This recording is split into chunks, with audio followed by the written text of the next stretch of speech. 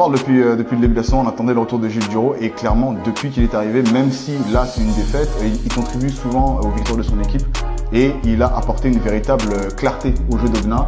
Moi je voudrais faire vraiment, je voudrais lui envoyer le respect. Vous savez que toutes les semaines quasiment on envoie le respect aux joueurs qui le méritent, aux joueurs français qui le méritent. Et sincèrement là pour le coup Gilles Duro, voilà, 18 points, 23 dévals, encore et encore, il produit à chaque match. C'est un joueur qui a terminé de la N1, la N2 et il manquait peut-être encore un cap à franchir pour vraiment devenir un joueur dominant en N1 et j'ai l'impression que cette année il est en train de le franchir et il prend la pleine mesure de ce championnat et justement il commence à devenir un des meneurs les plus dangereux. Les meneurs français les plus dangereux du championnat. Meneur véritablement atypique hein, parce que voilà par sa taille, il est grand, il est solide, il est très solide, il est très fort dans le drive, il a ajouté du tir, ce qui fait que maintenant il est bien difficile à défendre, il a une bonne vision de jeu, c'est un bon défenseur, c'est un joueur vraiment complet et c'est rare d'avoir ce genre de joueur là au poste de meneur de jeu.